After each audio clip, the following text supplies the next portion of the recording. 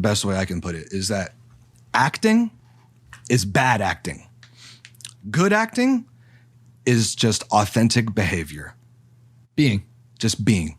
Authentic behavior. If you're acting and it's apparent that you're acting, then that's bad acting.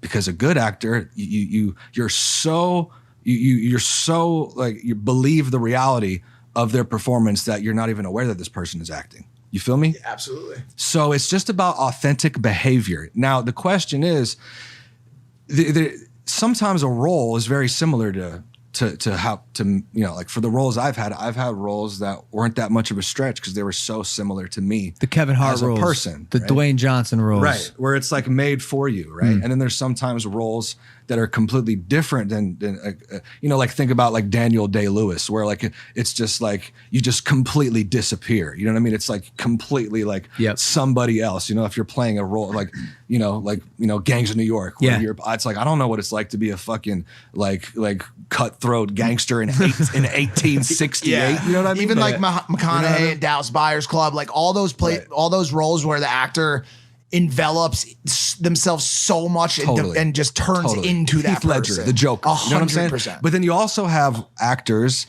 like Keanu Reeves, who he's always Keanu. Typecast. Well, no. I mean, it's like he's always being himself. Sure.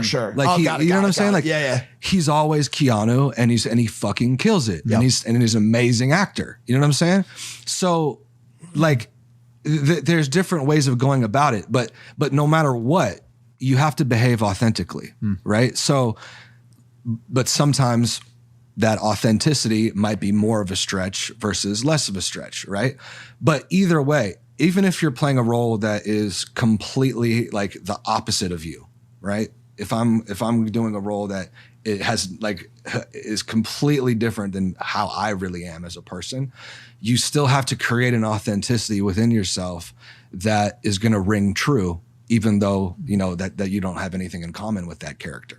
That's, right? Yeah. And I think that's the biggest measure that separates mediocre or good actors from stellar and legendary actors is how far can you deviate from who you are in this life to your role. Exactly. Right. And so like you see these people like Heath or like even Robin Williams, Dafoe or Lewis or any of those guys, right? William Dafoe, any of those guys, and they are able to deviate so fucking far from who they are. They can get ugly, they can get skinny, they can get fat. Christian Bale's another one that's fucking insane at it, right? Totally. Do you think that ability is not teachable? No, it's definitely teachable. Got it. It's definitely teachable. Are you sure? Anybody can be an actor. Anybody, okay? It just comes down to two things. Number one, do you have respect for the craft? Okay? Do you truly respect the art form? Do you have the discipline to actually put in the work to master your craft? That's number one. Number two is, do you have the proper knowledge for getting into the industry and actually getting ahead in your career? You feel me? Yeah, absolutely. Because there's incredible actors out there, but they're never gonna be known. They're never gonna be successful on a massive scale. They might just be do plays like their whole life in London or Broadway or whatever. You know what I'm saying? And they're probably completely content and happy with that. So it's nothing against that. You know what I'm saying? Because if you have a true passion for the craft, my dad, for example, he has always told me that he would have been just as happy just doing small plays, never getting any recognition because that's how much he